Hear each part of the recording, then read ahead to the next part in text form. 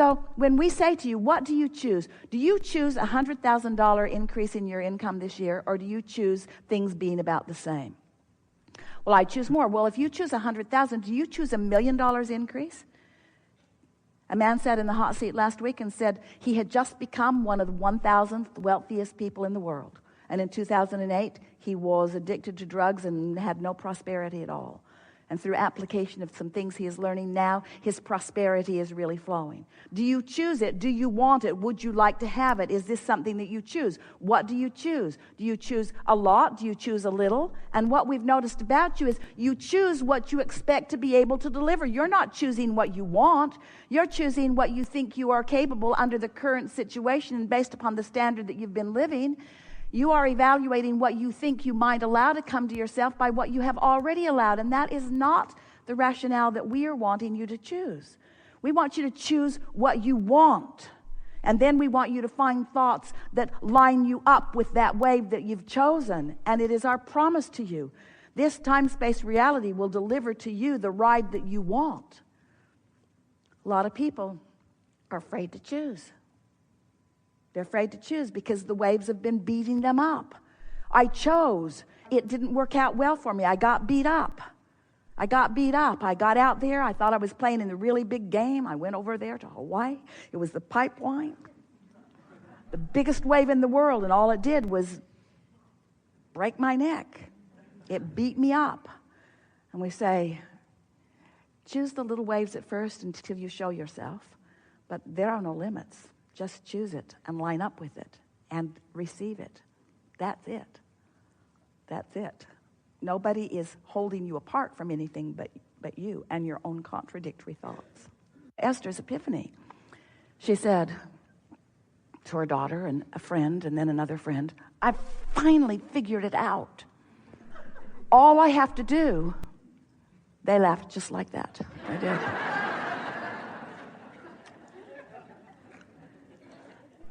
All I have to do is decide what I want and talk myself into it. We have enjoyed this interaction immensely. That's everything, you know. Also, it occurred to her that as she is thinking about a future experience, meaning a not yet manifested experience, that those thoughts flow freely. Something about that future experience is free-flowing and therefore delicious to contemplate. But then when she found herself trying to bring it into the now before it was ready to reveal itself to her, so she was trying to figure out what to do, when to do it, and who to do it with, and how to go about it, she realized she was introducing resistance into her future idea. Now, in and of itself, that may not seem so interesting, but we want to explain to you why that is such an important thing for Esther or for you to understand. Everything is a vibrational reality first.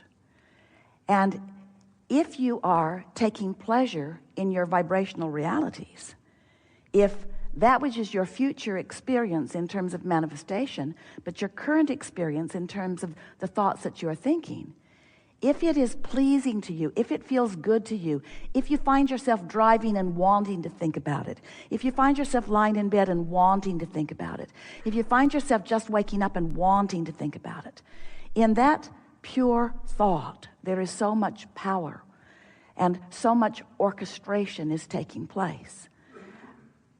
So Esther asked herself, why would I introduce into this moment, this clear moment where I've accessed the energy that creates worlds and I've focused it through my vessel and it's flowing outward for the creation of wonderful things that I desire?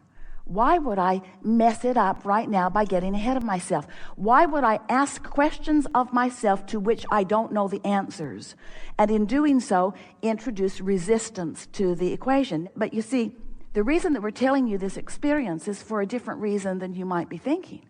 Because Esther's epiphany was not about the creation of that. It wasn't about the realization of that. It wasn't about the manifestation of that. It wasn't about the actualization of that. It wasn't about the demonstration of that. It was about the fact that thinking that thought in that way felt good right now, and introducing that thought to it right now made it not feel good anymore. Can you hear what we're getting at? It wasn't about what it was going to later on create. That's a given. What it's going to later on create is for sure, for sure, for sure. There is nothing that you cannot be or do or have if you want it and you talk yourself into it. We just want you to understand that you are the creator of your reality, but you are a thinker of it into being, not a doer of it into being. There'll be plenty of action that you'll be inspired to, but that's not the way you create. You create through the conscious flowing of thought. We've been writing books and processes, endless processes. There are more coming. endless processes. And all of them are designed to help you to improve your vibrational alignment with Source. That's what all of them are. All of them are designed to help you lower resistance and improve alignment or allowing. And even as the author of all of those processes, we want to say to you that if we were standing in your physical shoes, we would make a new commitment to ourselves to pay attention to how we feel when we wake up and do our best to sustain it just for a little while and watch the power of that momentum. We want you to care about whether to move forward with this or not. We want you to care about the emotion within it. We want you to be able to consciously and personally discern it, you see. Because by the time you ask somebody else, the moment is past.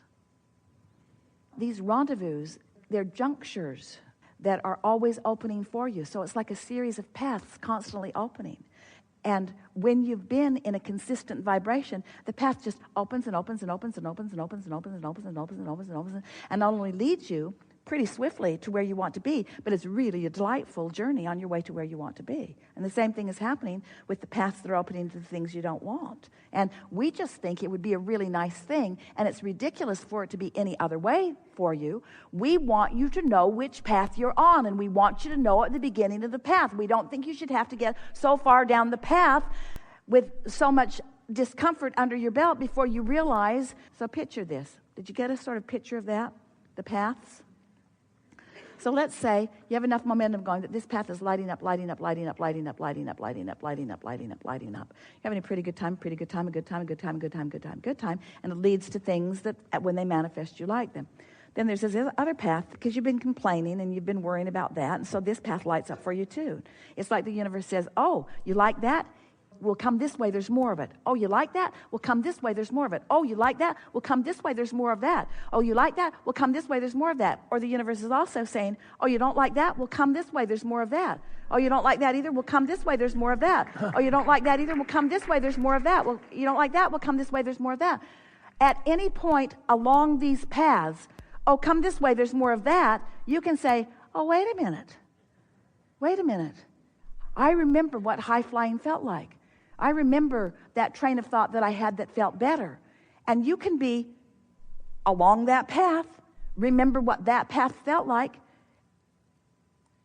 and that path begins to turn and lead you back over to this path.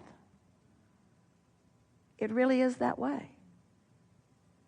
With all kinds of converging, rendezvousing thoughts and people and comments and circumstances and events. So, your question is a good one. And this is what we heard you say.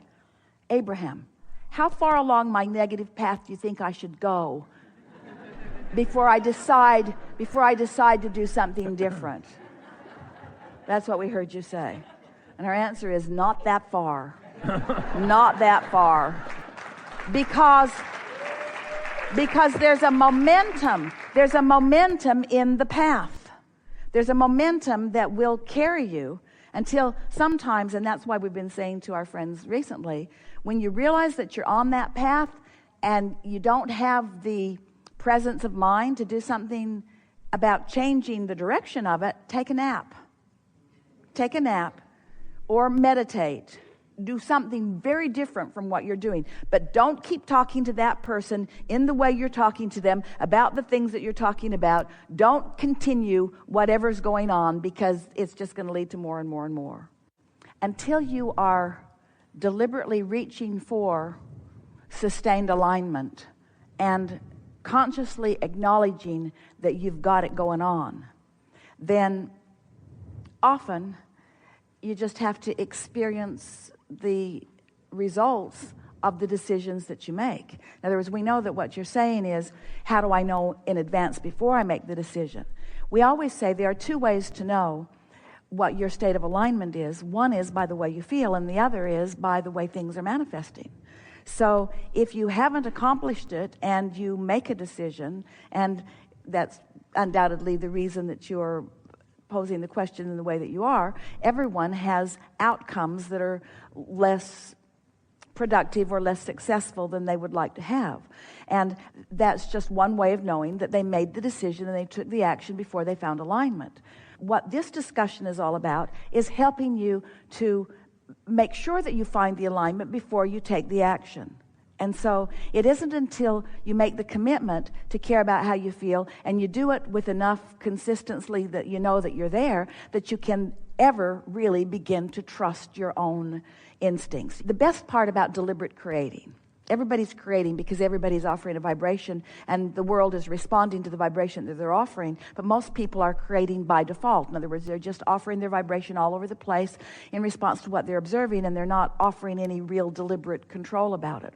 But the best part about getting hold of this in the way that you all are here today, and deliberately focusing yourself on purpose, and then getting to see the results of that focus, that's the way you come to trust that this feels like that and this feels like that. You get to the place where you'll be moving along in a relationship, doesn't matter what kind of relationship, in a co-creation of some kind, and you will feel this feeling, and you will be able to say, oh, I relate this feeling to that outcome that happened before. Now we're really onto something. That sounds really simple, doesn't it? I remember I had this feeling before and it didn't turn out all that well. But what most people don't understand is that you can control the feeling right now. You think the feeling is in response to something, so you have no control. So instead of controlling the feeling, which is just a matter of controlling the thoughts, you set to control outcomes that you can't control. Make sense to you? Where if you really get it, that you can control the feeling, so when it starts to get a little off, bring it back, bring it back. Are you coming to realize that it's irrelevant what you care about? Well, it isn't irrelevant, but we have the advantage of the big picture. So we remember who you really are. We remember why you came. We know what this time-space reality is all about for you. We know the advantage that it is for you, and the advantage that you being here provides for all of us. We understand that you are leading-edge creators. You are the most thoughtful species in this physical environment, which means you are the most creative in this physical environment. And since you are the leading edge of that which is source, that makes you important to this expansive equation. So, you've been listening to us for a little while. So we've dragged you through a lot of things, haven't we? You create your own reality. And you said, oh, yay. And then you said, oh, no.